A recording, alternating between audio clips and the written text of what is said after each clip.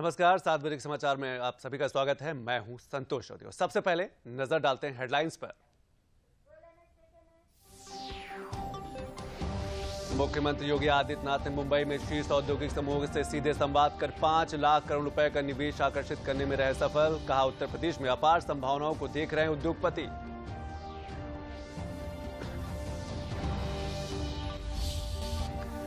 लखनऊ में दूरदर्शन से विशेष बातचीत करते हुए उप मुख्यमंत्री केशव प्रसाद मौर्य ने कहा कि प्रदेश में अच्छी कानून व्यवस्था, इंफ्रास्ट्रक्चर के कारण देश और दुनिया के निवेशक यूपी में कर रहे हैं निवेश।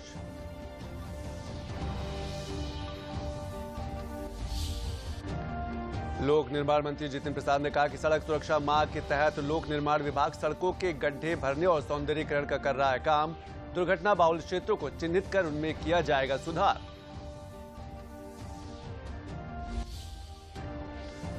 और प्रदेश में आज दिन में धूप खुलने से लोगों को मिली राहत। मौसम विभाग के अनुसार सुबह और शाम के पारे में रहेगी गिरावट। अभी 3-4 दिनों तक कोहरे और ठंड से नहीं मिलेगी निजात।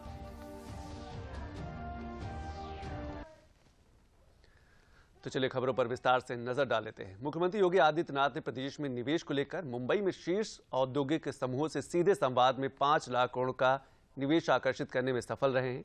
2 दिवसीय दौरे के दौरान मुख्यमंत्री के साथ 2 दर्जन से अधिक औद्योगिक समूहों के प्रमुखों की मुलाकात के दौरान निवेश प्रस्तावों पर सहमति बनी।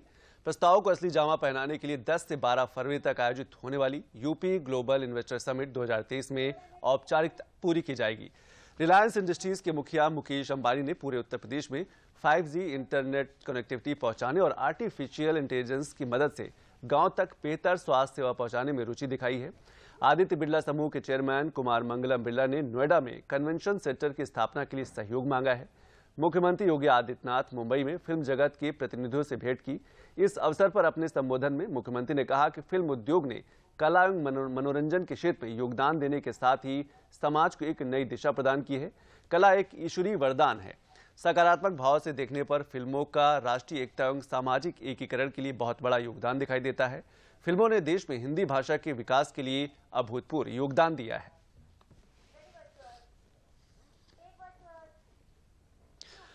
और प्रदेश के उप मुख्यमंत्री केशव प्रसाद मौर्य ने डीडी न्यूज से विशेष बातचीत करते हुए कहा कि योगी के नेतृत्व में निवेश के जो प्रयास किए जा रहे हैं वह सफल साबित हो रहे हैं। प्रदेश में कानून व्यवस्था और इंफ्रास्ट्रक्चर के बेहतर होने का लाभ प्रदेश को मिल रहा है। देश और दुनिया का निवेशक उत्तर प्रदेश को निवेश के नए हब के रूप में स्वीकार कर रहा है। इससे जहां प्रदेश में उद्योग लगेंगे वहीं लोगों को रोजगार के अवसर भी प्राप्त होंगे। जब उत्तर प्रदेश के अंदर हुआ 5 लाख करोड़ का निवेश देश की आर्थिक राजधानी मुंबई से माननीय मुख्यमंत्री योगी आदित्यनाथ जी के मुंबई रोड शो के कार्यक्रम के बाद किए हैं, सहमति पत्र दिए हैं, तो यह उत्तर प्रदेश के लिए बहुत गर्व की बात है। और आज 5 लाख करोड़ का एक मेट्रो सिटी से समर्थन आया है। अभी और अलग अलग मेट्रो सिटी में सरकार का अलग अलग प्रतिनिधिमंडल जा रहा है। और जो आकर्षण है, जो 10 लाख करोड़ का लक्ष्य है, मुझे लगता है यह लक्ष्य छोटा पड़ेगा और निवेश इससे अधिक आएगा।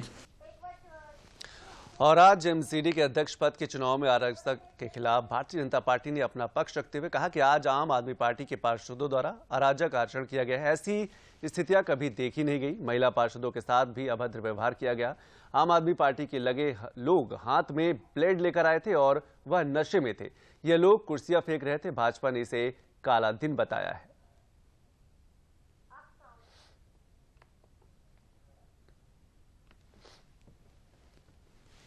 अराजक तत्वों द्वारा गतिविधियां आपने हाउस में देखी, म्युनिसिपल कॉरपोरेशन के हाउस में, वो शायद पहले कभी नहीं देखी होगी और बहुत ही शर्मनाक घटना घटी। और ये घटना उन लोगों द्वारा घटित की गई। मेरे सामने तो वही रील चल रही थी कि ये वो लोग हैं जो सत्ता में अपने आप को अराजक कहकर आए। और अभी वक्त हो चला एक छोटे से ब्रेक का। ब्रेक के बाद जब वापस आएंगे तो कुछ और खबरों पर नजर डालेंगे। ये विशाल है ना, इसका सब प्रॉपर चलता है। कल उसके बैंक अकाउंट में 15,000 रुपए का फ्रॉड हुआ है, पता है? इसको तो कोई टेंशन ही नहीं होती है। देखना। टेंशन क्यों? मेरी कोई गलती नहीं थी। फिर भी फ्रॉड होने पर मैंने तुरंत बैंक को इन्फॉर्म कर दिया। आरबीआई कहता है अगर आपके अकाउंट से किसी ने धोखे से पैसे निकाले हैं तो बैंक को जल्द से जल्द इन्फॉर्म कीजिए। 3 दिन के अंदर इन्फॉर्म किया तो कोई नुकसान नहीं होगा, जितना लेट करोगे उतना ज्यादा नुकसान। और सुन, सब चलता नहीं है, प्रॉपर चलाना पड़ता है। आरबीआई कहता है जानकार बनिए, सतर्क रहिए। ब्रेक के बाद आप सभी का स्वागत है। फतेहपुर की सांसद और केंद्रीय राज्य मंत्री साध्वी निरंजन ज्योति अपने संसदीय क्षेत्र के विकास कार्यों का जायजा लेने और गरीबों तक योजनाएं सही तरीके से पहुंच रही है या नहीं, इसका सत्यापन करने के लिए 2 दिन से फतेहपुर में हैं। इस अवसर पर उन्होंने नवनिर्मित रैन बसेरा और आशा विश्राम स्थल का लोकार्पण किया, जिससे गरीबों को सर्दी से राहत मिल सके। उन्होंने 100 लाभार्थियों को आवास स्वीकृत प्रमाण पत्र दिए तथा कुछ लोगों को घरौनी प्रमाण पत्र भी दिए। कल उन्होंने प्रधानमंत्री ग्राम सड़क योजना का शिलान्यास किया था और पात्र लाभार्थियों को घर की चाबी सौंपी थी। भ्रष्टाचार रहित कल्याणकारी योजनाएं लोगों तक पहुंचे, इसके लिए वो लगातार प्रयास कर रही हैं।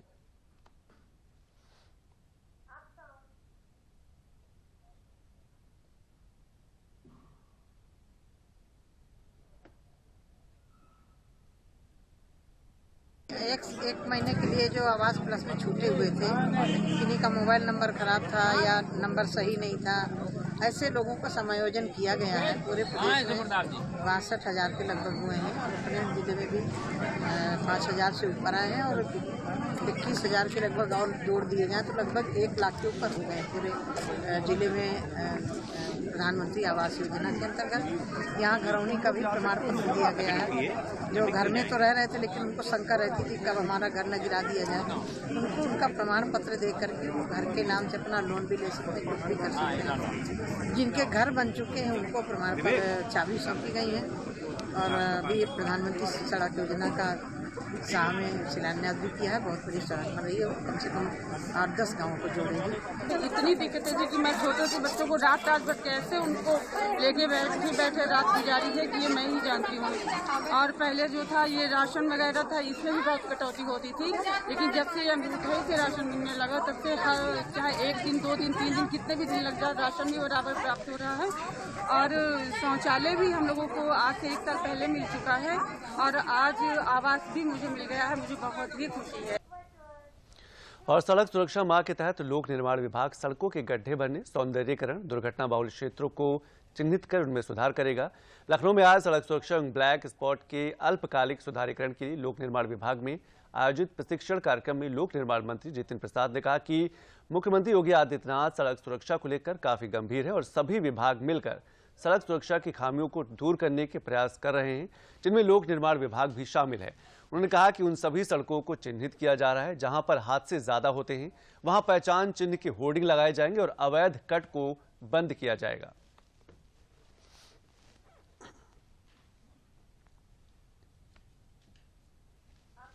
जो माननीय मुख्यमंत्री जी का उद्देश्य है, सड़क सुरक्षा का माह ये शुरुआत हो रही है महीने भर की, एक व्यापक अभियान जागरूकता का भी और सभी विभागों की समीक्षा का भी, और उसी उद्देश्य से आज लोक निर्माण विभाग ने इसकी प्रारंभ किया है। समीक्षा की जाएगी कि क्या कारण हैं जिससे सड़क में दुर्घटनाएं हो रही हैं, वो नंबर्स कैसे कम हो पाएंगे, कहाँ जो ब्लैक स्पॉट्स आइडेंटिफाइड हैं जहाँ अधिकतर एक्सीडेंट और जान माल का नुकसान होता है, उनके लॉन्ग टर्म और शॉर्ट टर्म में कैसे उसकी का निस्तारण होगा। समाज कल्याण राज्य मंत्री असीम अरुण ने आज हाथरस में मथुरा रोड पर स्थित डॉक्टर भीमराव अंबेडकर पार्क का लोकार्पण किया। मंत्री ने बाबा साहब को याद करते हुए कहा कि उनके जीवन सिद्धांतों पर आगे बढ़ने की प्रेरणा देने के लिए उनकी मूर्ति स्थापित की गई है। शिक्षा पर बात करते हुए मंत्री असीम अरुण ने कहा कि बच्चों की शिक्षा सबसे महत्वपूर्ण है। प्रदेश में हमारी सरकार शिक्षा पर बहुत काम कर रही है। हाथरस में राजकीय अनुसूचित जाति छात्रावास बनाया जाएगा। समाज कल्याण विभाग की ओर से 2 छात्रावास बनाए जाएंगे। उन्होंने ये भी बताया कि जो बच्चे BA, MA की पढ़ाई कर चुके हैं और नौकरियों के लिए आवेदन कर रहे हैं, उनके लिए मुख्यमंत्री अभ्युदय योजना के तहत कोचिंग सेंटर खोले जाएंगे, जहां पर बच्चे अच्छी से अच्छी शिक्षा ले, आगे बढ़े और अच्छी नौकरियां पाएं। इन्वेस्टर समिट को लेकर मंत्री ने कहा कि इस समय उत्तर प्रदेश कानून व्यवस्था को मजबूत कर चुका है। इंफ्रास्ट्रक्चर के मामले में हम सबसे आगे हैं और बहुत सारा इन्वेस्टमेंट हमारे पास पिछले 5 सालों में आया है। इस समय उत्तर प्रदेश कानून व्यवस्था को मजबूत कर चुका है। इंफ्रास्ट्रक्चर यानी सड़क, एयरपोर्ट आदि में हम प्रदेश में सबसे आगे हैं और बहुत सारा इन्वेस्टमेंट पहले से हमारे पास पिछले 5 साल में आया और अब योगी जी के नेतृत्व में समस्त मंत्रिमंडल, बहुत सारे अधिकारी विभिन्न देशों में और अब अन्य प्रदेशों में जा रहे हैं। जैसे मैं चेन्नई जाऊंगा 9 तारीख को अन्य मंत्री साथियों के साथ और उत्तर प्रदेश में निवेश करने के लिए आमंत्रित करें। और अभी वक्त हो चला एक और छोटे से ब्रेक का।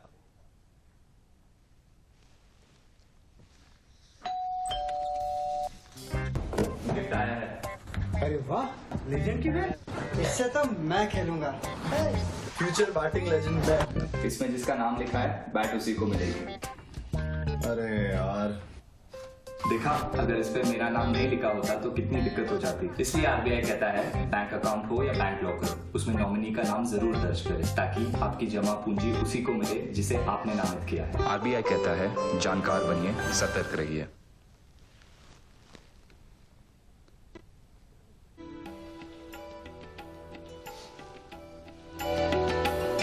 88,000 ऋषियों ने नैमिषारण्य में जो मानव कल्याण की परंपरा शुरू की थी वो अनवरत जारी है।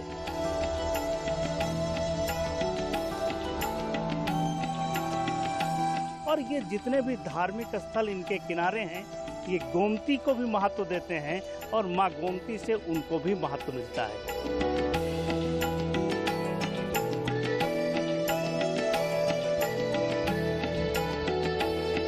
यात्रा के साथ जब आगे बढ़ेंगे तो पूरे नैमिषारण्य को समझ पाएंगे कि नैमिषारण्य क्यों महत्वपूर्ण है।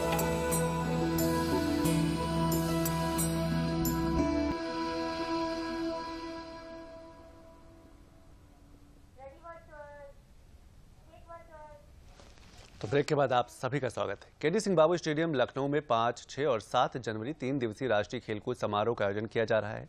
इसका उद्देश्य एक समर्थ व सशक्त राष्ट्र के निर्माण के लिए युवा पीढ़ी को संगठित व विकसित करना है। इस खेल समारोह में सुदूर गांव की खेल प्रतिभाएं सामने आएंगी और उन्हें राष्ट्रीय स्तर पर खेलने का अवसर भी मिलेगा।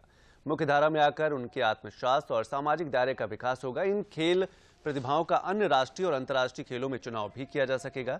इससे जहां एकता का विकास होता है, वहीं राष्ट्रीय भावना भी जागृत होती है। इस कार्यक्रम का शुभारंभ केंद्रीय खेल मंत्री अनुराग सिंह ठाकुर करेंगे।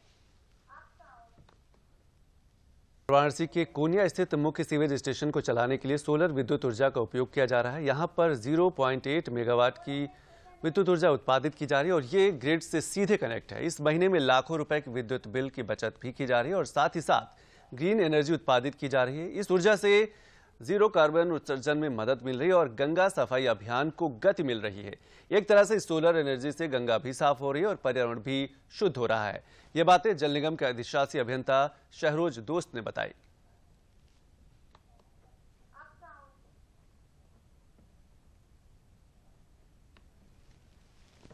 यहाँ पर हमने 0.8 मेगावाट सोलर पावर स्टेशन लगाया हुआ है जो 0.8 मेगावाट बिजली उत्पादित कर रहा है वर्तमान में, और इससे हम लगभग 60,000 रुपये पर डे की बिजली उत्पादित करके ग्रिड में दे रहे हैं। इससे लाभ ये है कि बिजली के खर्चे हमारे कम हो रहे हैं सोलर पावर प्लांट से, और इससे हम ग्रीन एनर्जी प्रोड्यूस कर रहे हैं, जिससे जो कार्बन क्रेडिट हैं वो भी मिलेंगे हम लोगों को, और इससे माननीय प्रधानमंत्री जी के विजन के अनुसार हम हवा को, वातावरण को साफ रखने का प्रयास करेंगे। लघु प्रयागराज कहा जाने वाला गोंडा जनपद का बाराह क्षेत्र सूकर खेत के पस्का त्रिमुहानी संगम तट पर आज लाखों की संख्या में गैर जनपद और अन्य प्रदेशों से आए श्रद्धालु डुबकी लगाकर पुण्य के भागीदार बने। पस्का संगम वह क्षेत्र है जहां भगवान विष्णु बाराह का रूप धारण कर पृथ्वी को हिरण्याक्ष से मुक्त कराया था। इसी सूकर खेत में गोस्वामी तुलसीदास जी जन्मभूमि राजपुर गांव आए हैं। यही तुलसीदास जी के गुरु नरिहर दास का आश्रम है। आश्रम पर तुलसीदास जी के हाथ का लिखा रामचरितमानस, तुलसीदास का कमंडल व शंख व जिस वट वृक्ष के नीचे गुरु से शिक्षा ग्रहण किया था वह मौजूद है। सूकर खेत में सरयू नदी के तट पर सैकड़ों साधु सन्यासी व गृहस्थ इस कड़ाके की ठंड में फूस के छप्पर में 1 महीने तक कल्पवास करते हैं। इसी क्षेत्र में भगवान बाराह को शक्ति प्रदान करने आई मां जगदम्बा बाराही देवी उत्तरी भवानी का पौराणिक मंदिर है। पस्का त्रिमुहानी संगम तट पर आज लाखों की संख्या में श्रद्धालु स्नान कर पुण्य कमाने में जुटे हैं, जहां भारी संख्या में सिनेमा, थिएटर, सर्कस व अन्य मनोरंजन के साधनों का लोग लुत्फ भी उठा रहे हैं। मेले में प्रत्येक वर्ष की भांति इस वर्ष भी 41वें रामायण मेले का आयोजन किया गया है।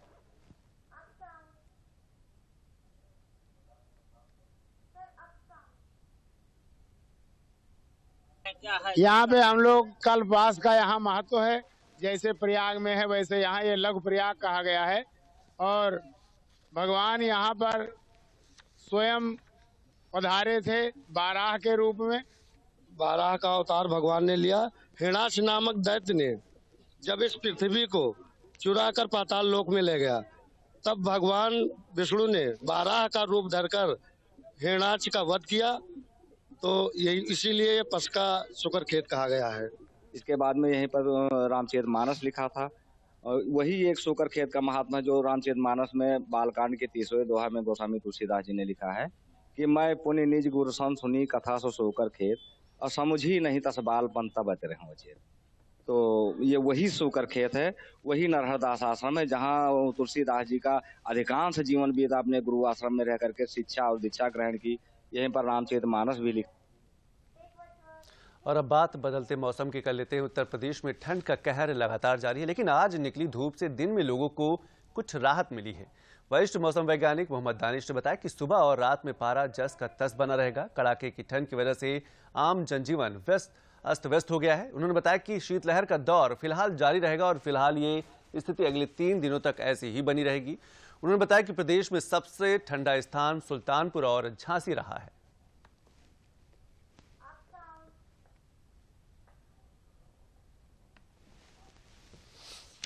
जैसा कि हमने देखा है कि एक हफ्ते से काफ़ी मौसम एक्सट्रीम था, जिसमें सूरज की रोशनी हमारे सतह पर नहीं पहुंच रही थी, जिसके वजह से गलन और ठिठुरन काफ़ी बनी हुई थी। फिलहाल कल से और आज से थोड़ी सी सूरज की रोशनी हमारे सतह पे आई है, जिसके वजह से ठंड से थोड़ी राहत मिली है। फिलहाल ये 2 दिन तक रात 2 से 3 दिनों तक रात का तापमान थोड़ा सा अपने जो चल रहा था वही चलेगा, और तो रात में और सुबह थोड़ी ठंड अभी भी बनी रहेगी। फिलहाल दिन में कल से और राहत मिलने की उम्मीद है। और योगी सरकार इको टूरिज्म के विकास के लिए आकांक्षी जिले चंदौली में सभी संभावनाओं पर तेजी से काम चल रहा है। धान का कटोरा कहा जाने वाला चंदौली की वादियां प्राकृतिक सौंदर्य के लिए भी जानी जाती है, लेकिन उसे पर्यटन मानचित्र पर जगह नहीं होने से लोग इससे अनजान हैं। यहाँ का नौगढ़ क्षेत्र अनेक प्राकृतिक वाटरफॉल, फाउंटेन, ऐतिहासिक रॉक पेंटिंग और प्राकृतिक सौंदर्य के खजाने से भरा पड़ा है, जो पर्यटन की दृष्टि से काफी महत्वपूर्ण है। जिलाधिकारी ईशा दोहन ने बताया कि 3 तरफ से प्राकृतिक रूप से घिरा और लगभग 200 फीट से गिरने वाला वाटरफॉल के आसपास दुर्लभ प्रागैतिहासिक शैल चित्र हैं। इस क्षेत्र को पर्यावरण के अनुकूल स्थानीय उत्पाद और तकनीकी से पर्यटन स्थल के तौर पर विकसित करने के लिए शासन को भेजे गए प्रस्ताव में स्थानीय अर्थव्यवस्था को भी बढ़ाने का ध्यान रखा गया है।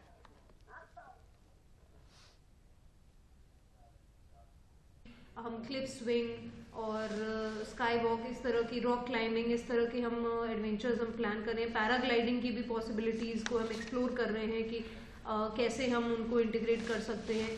साथ ही हम कुछ ट्रैक रूट्स भी वहाँ पे बना रहे हैं राजदरी देवदरी की तरफ, ताकि अगर कोई एडवेंचर ग्रुप्स आए या ट्रैकर्स ग्रुप आए तो उनको हम कुछ ट्रैक रूट्स दे पाएँ। उसमें हम बेसिक साइनेज वगैरह और बेसिक वहाँ पे हम उनके लिए व्यवस्था कर दें।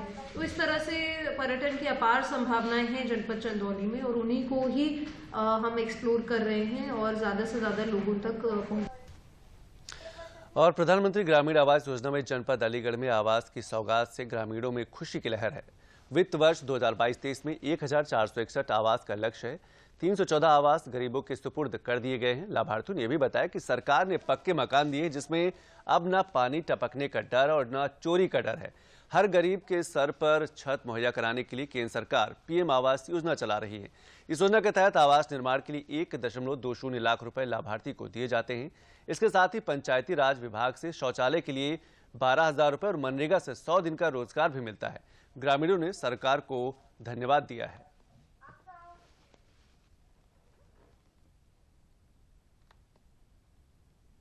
मुझे आवास मिला है पहली किस्त आ चुकी है और मकान बना के पक्का रहेंगे। अब मेरे पास मकान रहने के लिए नहीं था, अब मुझे पक्का मकान मिल गया। पहले हमारे पास कच्चा मकान था। सरकार के लिए धन्यवाद।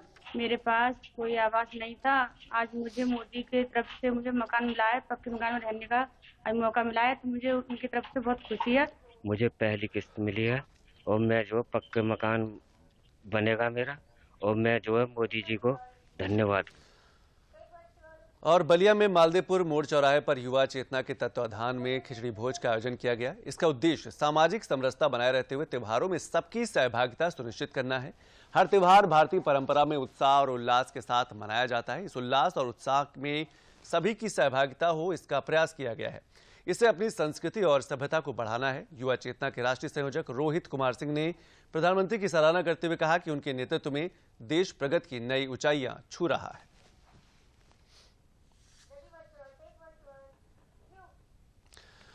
उत्तर प्रदेश लोक सेवा आयोग एकल अवसरी पंजीकरण व्यवस्था लागू हो गई है। इससे अभ्यर्थियों को बड़ी सुविधा होगी। आयोग की वेबसाइट के माध्यम से अब आयोग द्वारा आयोजित विभिन्न चयन परीक्षाओं के लिए अभ्यर्थी को बार बार अपना व्यक्तिगत विवरण नहीं देना होगा। आवेदक को अपना फोटो एवं हस्ताक्षर केवल एक बार अपलोड करने की आवश्यकता है। व्यक्तिगत विवरण एवं फोटो एवं हस्ताक्षर संशोधन एवं अद्यतन करने की सुविधा हर समय उपलब्ध होगी। युवाओं का हित सुनिश्चित करने वाली इस व्यवस्था को लेकर प्रतियोगी छात्रों ने आयोग के इस कदम को सराहनीय बताया है। नई व्यवस्था ओटीआर में दर्ज समस्त सूचनाएं डिजिटल रूप में कभी भी कहीं से उपलब्ध होंगी। साथ ही सरकारी नौकरी की भिन्न भिन्न अधिसूचनाओं के सापेक्ष आवेदन प्रक्रिया में ओटीआर में दर्ज सूचनाएं स्व प्रदर्शित होंगी।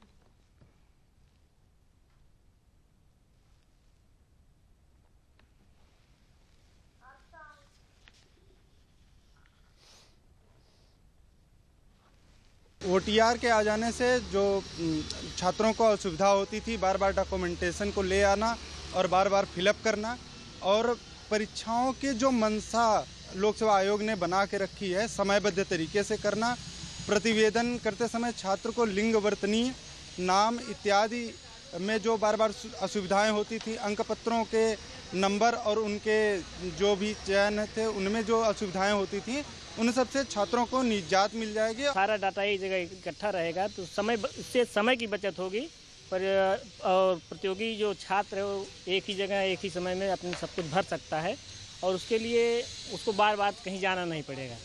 और उसके जो माइंड टेंशन वाली रहती है कि अभी फार्म भरना है, सारा डाटा साथ में ले जाना है, सारे डॉक्यूमेंट्स ले जाइए, फिर भरिए, कहीं कुछ छूट न जाए, कहीं कुछ गलत न हो जाए, इससे उसको बचत हो जाएगी और उसको एक जो मानसिक टेंशन रहती है उससे मुक्ति रहेगी। और ये सारा डाटा एक जगह इकट्ठा रहेगा तो आप कहीं से भी फार्म भर सकते हैं। आपके पास केवल एक यूजर नेम और एक उसका पासवर्ड होना चाहिए। और आगरा में G20 देशों के प्रतिनिधिमंडल के आगमन को लेकर अब जिला प्रशासन द्वारा तैयारियां शुरू कर दी गई हैं। प्रतिनिधिमंडल की सुरक्षा से लेकर होटल में ठहरने सहित अन्य व्यवस्थाओं को लेकर जिला प्रशासन लगातार काम कर रहा है। इसको लेकर जिला मुख्यालय में होटल उद्योग से जुड़े व्यवसायी और पुरातत्व सर्वेक्षण विभाग के कर्मचारियों के साथ वरिष्ठ अधिकारियों ने चर्चा की। मंडलायुक्त अमित गुप्ता, पुलिस आयुक्त प्रीतिंदर सिंह, जिलाधिकारी नवनीत सिंह चहल ने अधिकारियों के साथ सड़कों का निरीक्षण किया। महात्मा गांधी रोड और फतेहाबाद रोड को PWD चौराहे से ट्राइडेंट तिराहे तक नो वेंडिंग जोन घोषित कर दिया गया है। इसके साथ ही बहुत जल्द इन मार्गों से अतिक्रमण हटाने का कार्य भी किया जाएगा। मंडलायुक्त अमित गुप्ता ने बताया कि दिल्ली, कानपुर, अलीगढ़, ग्वालियर रोड पर 6 स्थानों पर स्वागत द्वार बनाए जाएंगे। जनपद के स्कूल, कॉलेज और विभिन्न संस्थानों में डिबेट, पेंटिंग, पोस्टर प्रतियोगिताओं का भी आयोजन किया जाएगा।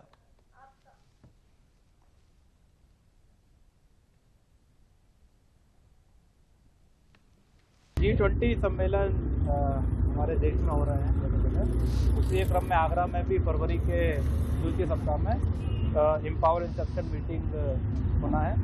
इसके अलावा माह सितंबर में भी मिनिस्ट्रियल ग्रुप की मीटिंग होना है।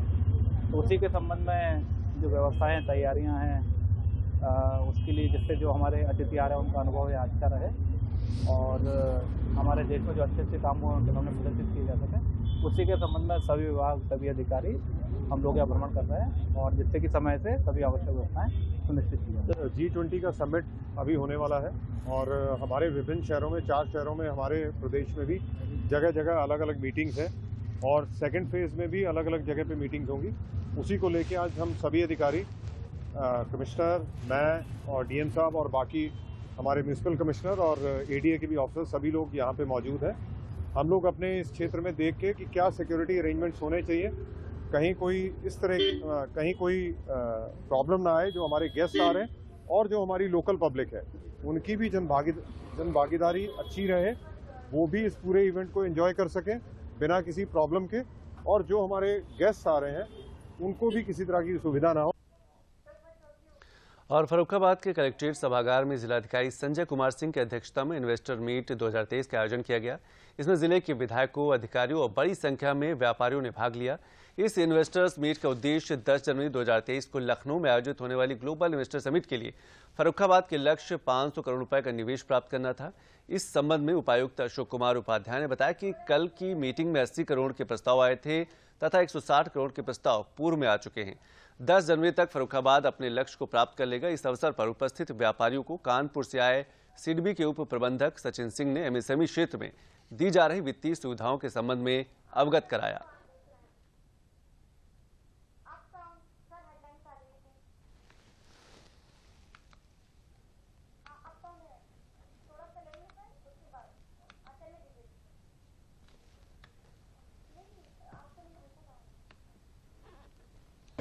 आज का प्रोग्राम जो है औद्योगिक निवेश नीति 2022 को लागू कराने और जनपद फर्रुखाबाद के औद्योगिक विकास के लिए जो है निवेश आमंत्रित करने हेतु जो है आयोजित किया गया था आज का कार्यक्रम। और क्योंकि 12 फरवरी को लखनऊ में प्रदेश स्तर पर जो है इसका आयोजन होना है, इसलिए हर जनपद को लक्ष्य आवंटित किए गए, जिसके लिए निवेश आमंत्रित करके आज की बैठक की गई है। और इसमें लगभग 140 करोड़ के निवेश इन इवेंट हमें को प्राप्त हुए हैं और हमें उम्मीद है कि 2-3 दिन में हमें और भी ज़्यादा से ज़्यादा जो है निवेश इसमें प्राप्त होगा। और अंत में मुख्य समाचारों पर एक बार फिर से नजर डाल लेते हैं। मुख्यमंत्री योगी आदित्यनाथ ने मुंबई में शीर्ष औद्योगिक समूहों से सीधे संवाद कर 5 लाख करोड़ रुपए का निवेश आकर्षित करने में रहे सफल। कहा, उत्तर प्रदेश में अपार संभावनाओं को देख रहे हैं उद्योगपति।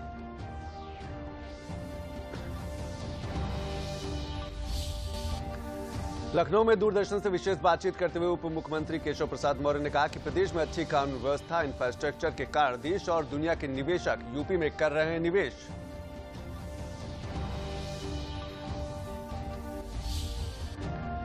लोक निर्माण मंत्री जितिन प्रसाद ने कहा कि सड़क सुरक्षा माह के तहत लोक निर्माण विभाग सड़कों के गड्ढे भरने और सौंदर्यीकरण का कर रहा है काम। दुर्घटना बाहुल क्षेत्रों को चिन्हित कर उनमें किया जाएगा सुधार।